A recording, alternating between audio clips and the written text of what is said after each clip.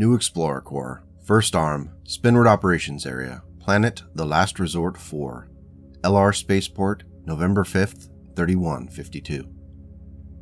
What do you mean they're coming here? Akif yelled as he chased after his lancemate that went by the call sign Lorm. The man, roughly 50 and showing every year of it, turned and scowled. The NEC and their Combine handlers are coming here. We need to be ready to defend the spaceport if necessary. Get your gear together and be ready. We only have a few days, Lorm said before turning back and walking further down the hallway. Rubbing his scruffy, dark-haired beard, Akif was beside himself with concern. It was one thing to bail on the contract when you expected never to be seeing your employer again. It was another to have to run into them and pretend that all was well. This had the possibility of becoming awkward. Snapping back into reality, he started walking after Lorm again before asking, "Can I be sent on patrol or something? I would rather not run into these people again." Lorm sighed, stopped, and turned again before responding. "We need every bit of machinery we can find. That includes your Calliope. You might be Gia's pet, but you still have to pull your weight around here." It was Akif's turn to furrow his brow. While it was true that he and Gia had spent some quality time together in the weeks after joining with the Last Resort, after arriving on Planet, that relationship had cooled considerably to the point where she didn't respond to his messages and he didn't even know she had left on this trip out of the system. At this moment, it seemed pointless to quibble over Lorm's comment, so Akif simply shrugged and said, "I'm not sure I could ever fire on the NEC."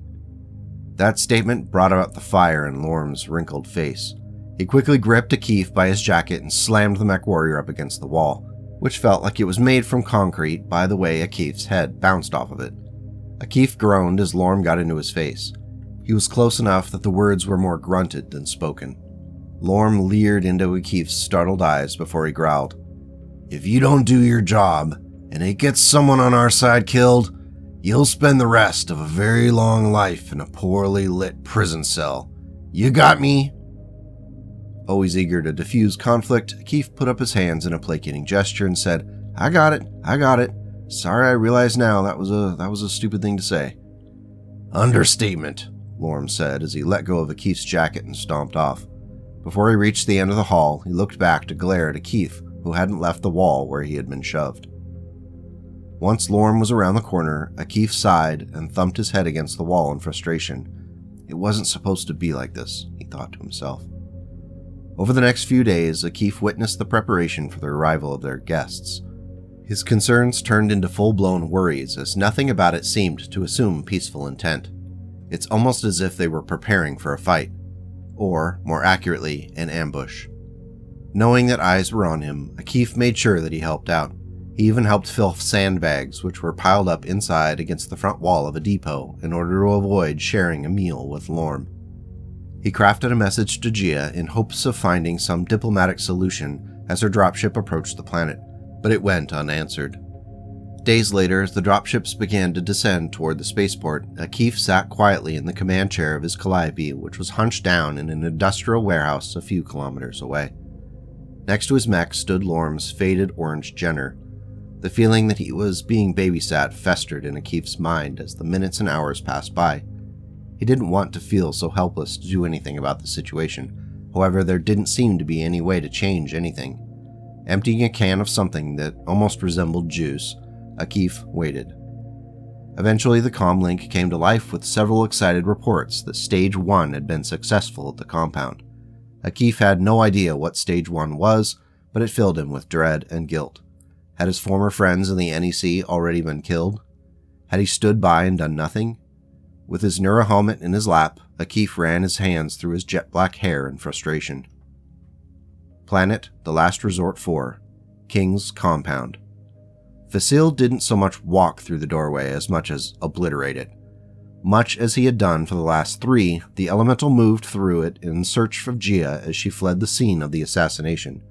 The entire compound was falling into chaos as some of the soldiers ran aimlessly, trying to figure out what was going on, while others who were armed went room to room with deliberate purpose.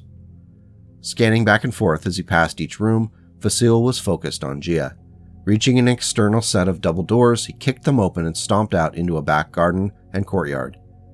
In the distance, soldiers from the last resort were coalescing around a hangar with a couple of Striker armored vehicles outside. Vasile dropped to a knee behind some well-manicured plants and scanned every person outside looking for Gia. Unfortunately, not even his clan armor was thick enough to take out all the soldiers outside without a high probability of failure. Pulling up the NEC comlink, Vasile asked, "Olivia, I could use your assistance behind the king's home." However, he got no response. His armor was picking up the sounds of battle in the distance, and he was about to fall back to aid Olivia and the others when the doors of the hangar shuddered and began to slide open. Before the gap was even a dozen meters apart, a gigantic mech pushed them open, knocking one door completely off of its track. It walked outside, and after a few moments, Vasile's armor picked up the specs on the Berserker, which was painted a glossy orange. There was little he could do to the assault mech from this distance, or really any distance, so he turned and began to run back around the building. As if mimicking his movements on a much larger scale, the Berserker began to walk, then run, passing Vasile as if he wasn't there. Seeing he wasn't a target, Vasile triggered his jump jets and launched himself toward the fight in front of the compound. On his HUD, he could see the Berserker was veering through a side gate and heading toward the spaceport. Vasile braced for the landing while speaking into the NEC comlink just in case it was working. He said, "Tenica, you have a Berserker headed your way. We cannot stop it. Hold at the spaceport and we are on our way."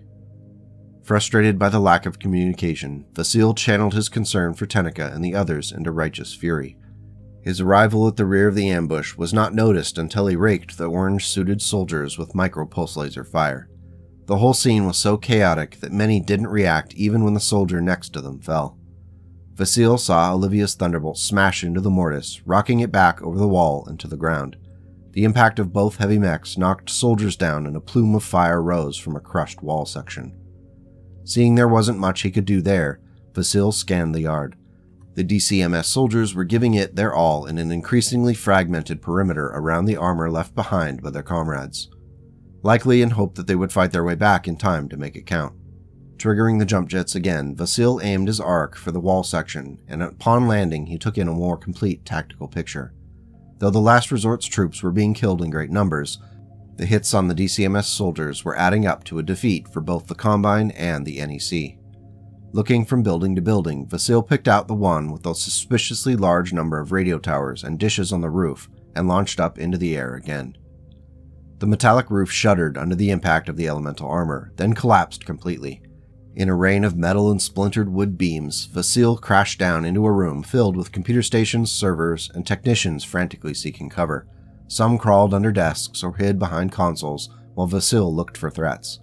Seeing none, he suspected this might be the place that Gia might value, so he raised his arm and fired the laser repeatedly into the line of servers. The laser cut through the electronics with a satisfying reward of sparks and smoke from burning silicon.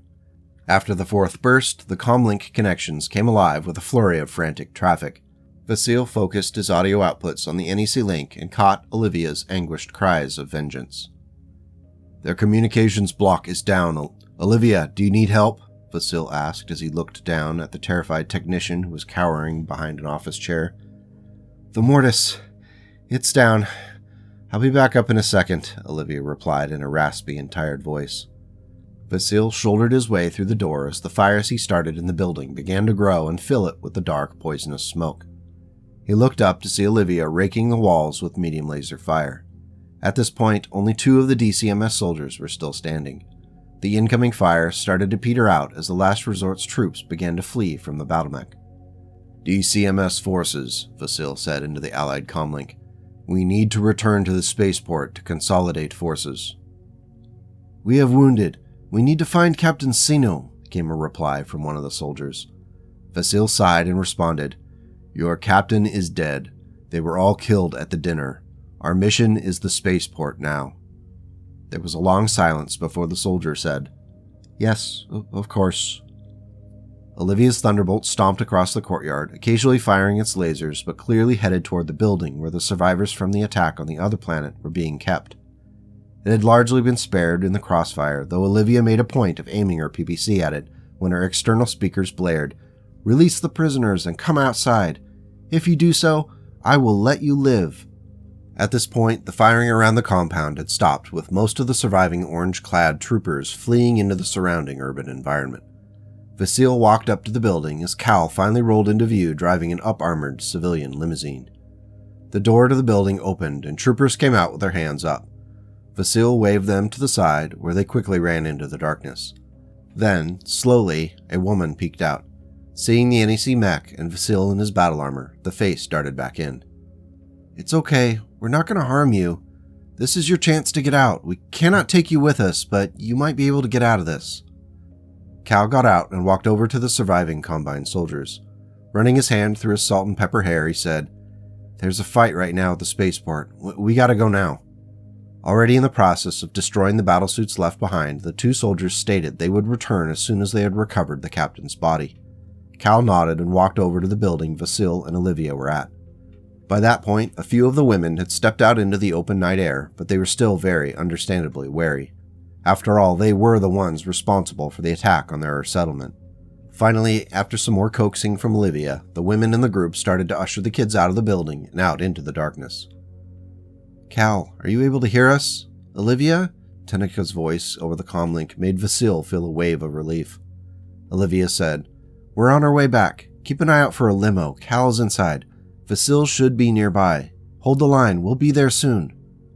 And with that said, Cal, Olivia, and Vasile started to make their way back to the spaceport as quickly as they could, the Thunderbolt quickly outpacing the other two. As Vasile ran next to Cal in the vehicle, he opened the link with Tenika to say, "Watch out for a berserker. It is headed your way." However, he didn't get a response. LR Spaceport, November 5th, 3152. Tenika's entire body ached as she shook her head to try to banish the stars from her vision. The King Crab's cockpit was dark, and the mech's systems were glitching. The flashing lights on the console and screens rebooting with glowing green text weren't helping a rapidly developing headache.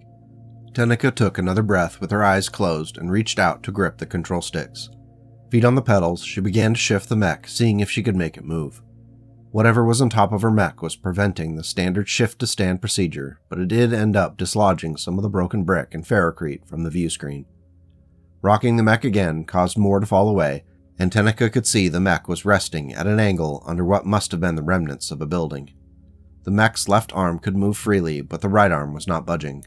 Moving her feet on the pedals made the mech start to scissor its legs, which pushed more rubble, and her self-extrication was starting to show promise. A few minutes passed before she was able to slowly pull the assault mech into a low crouch.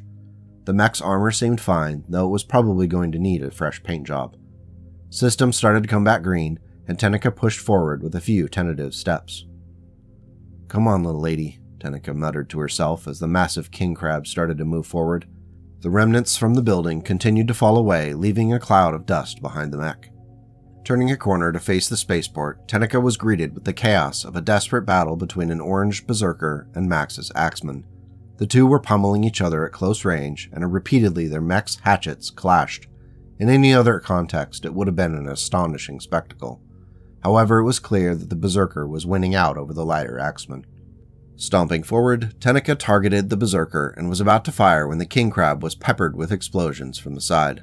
Growling to herself, she turned the mech toward the threat just to see a Jenner running by. The king crab was a fearsome mech, however, it was not light on its feet.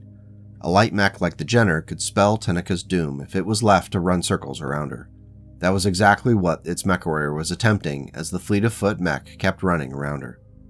Swinging her left arm out, she risked a shot with her heavy PPC, but the intensely bright blue lightning only melted ferrocrete.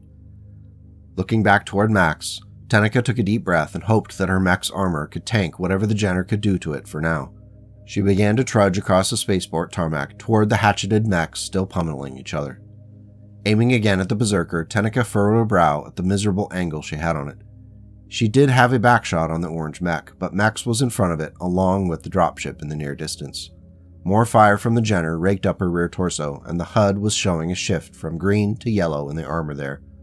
Taking a deep breath, she aimed directly at the target and squeezed the trigger. The heavy PPC shot savaged the orange mech's right leg, peeling and melting its thick armor. If the Mechwarrior noticed, they didn't show it. Instead, it brought its hatchet down hard on Max's mech. The right shoulder armor finally splintered and the joint split. The hatchet cleaved myomer, internal structure, and finally into the mech's light engine. "I'm almost there, hang on," Tenica said in an increasingly desperate tone. Max's response was heavy and made her all the more furious at the thugs from the last resort. He said, "I'm in trouble, but I think we'll be okay." The axeman shuddered as the berserker fired a series of medium lasers into the chest of its target. Finally, the flamer spewed liquid fire into the rent that the berserker's hatchet had created in the right torso. Max's mech stumbled backward and fell to the ferrocrete with a terrible thud. Turning the king crab into an arcing run, if it could be called a run, to get the dropship out of the line of fire, Tenica could see the Jenner had slowed now that it had an unimpeded shot against her back armor. She sighed to herself and brought her aim up to the berserker, which was now turning to face her. The mech's menacing look was only enhanced by the blistered and jagged scars which covered it. Max had done a good job, giving as good as he got until the end.